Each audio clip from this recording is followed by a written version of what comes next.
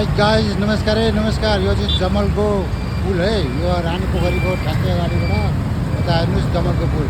यहाँ चाहिँ प्रत्येक शनिबार चाहिँ यहाँ चाहिँ नेवारी फेस्टिभल नेवारी चाडपर्व हुन्छ प्रत्येक शनिबार है। यहाँ तपाईँहरू आउनु पर्दाखेरि तपाईँहरूलाई अब पार्किङको असुविधा हुन्छ। यो पार्किङको सुविधाको लागि तपाईँहरूको लागि यहाँ आउने फेस्टिभल हेर्न आउने ग्राहकवर्गको लागि है पार्किङको सुविधा चाहिँ यो दरबार हाई स्कुलको यो साइडमा गरिएको छ है। यहाँ एकदम निःशुल्क पार्किङ सुविधा गरिएको छ। यहाँ आउनुहोस् तपाईँलाई प्रत्येक शनिबार निःशुल्क पार्किङ सेवा छ है। यता आउनुहोस् तपाईँ यहाँबाट असन बजार जाँदै हुनुहुन्छ भने ठ्याक्कै यता आउनुहोस्।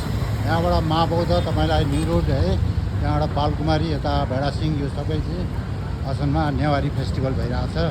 यो नेवारी फेस्टिभलमा चाहिँ तपाईँहरूलाई आउन सुविधा होस् भन्नको लागि यो लक्ष्मण जिन्सको तर्फबाट तपाईँहरूलाई यो लोकेसन देखाइरहेको छु मैले है।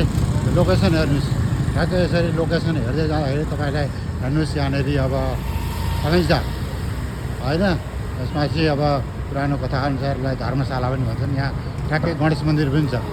यहाँबाट आउनुहोस् यहाँ एकदम विशेष फेस्टिभल भइरहेको छ प्रत्येक शनिबार। यहाँ आउनको लागि तपाईँलाई पार्किङको सुविधा चाहिँ यो दरबार हाई स्कुलको प्राङ्गणमा तपाईँलाई एकदम राम्रो खालको तपाईँलाई पार्किङ सुविधा छ। यो पार्किङ सुविधाको लागि तपाईँले पार्किङ शुल्क तिर्नु पर्दैन।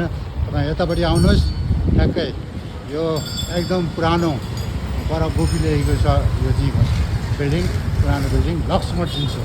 तपाईँ यहाँ लक्ष्मण जिन्समा आउनुहोस् तपाईँले आफ्नो जेन्ट्सको लागि सुविधा पाउनुहुनेछ है। ठ्याक्कै यता आउनुहोस् यो चाहिँ असन जाने बाटो हो। ठ्याक्कै यता आउनुहोस् तपाईँलाई जमलको आकाशे पुल र नानी पोखरी वेलकम लक्ष्मण जिन्स है त।